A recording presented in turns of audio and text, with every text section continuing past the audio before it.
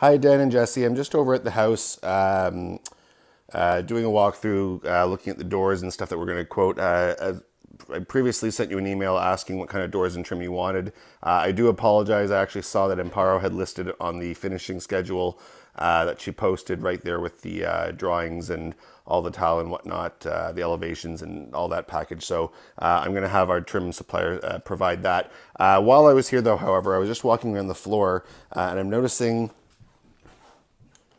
that on the existing section of floor where you guys had carpet, as you can hear, there's quite a lot of squeaking in the floor. So I'd like to propose that our carpenters come back with their screw gun and screw down this existing floor system to the joists right through the room, because there's nothing worse than installing all new hardwood and then having squeaks in the floor after the fact. So just wanted to just clear it with you.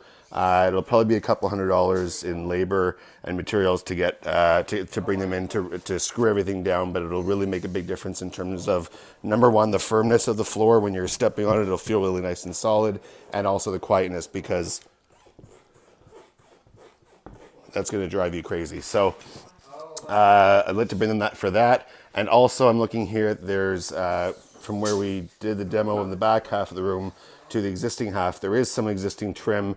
It's just a simple, cheap, flat stock, nothing special, baseboard that needs to get ripped off.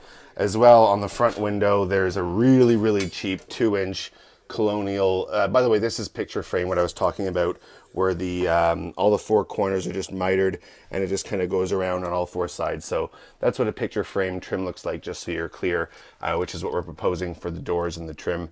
But instead of doing this detail, we're going to do something a little more modern, which is a single step bevel, which looks basically like this. So you've got a little step at the top, it angles down on a little bit like that, and there's a single step.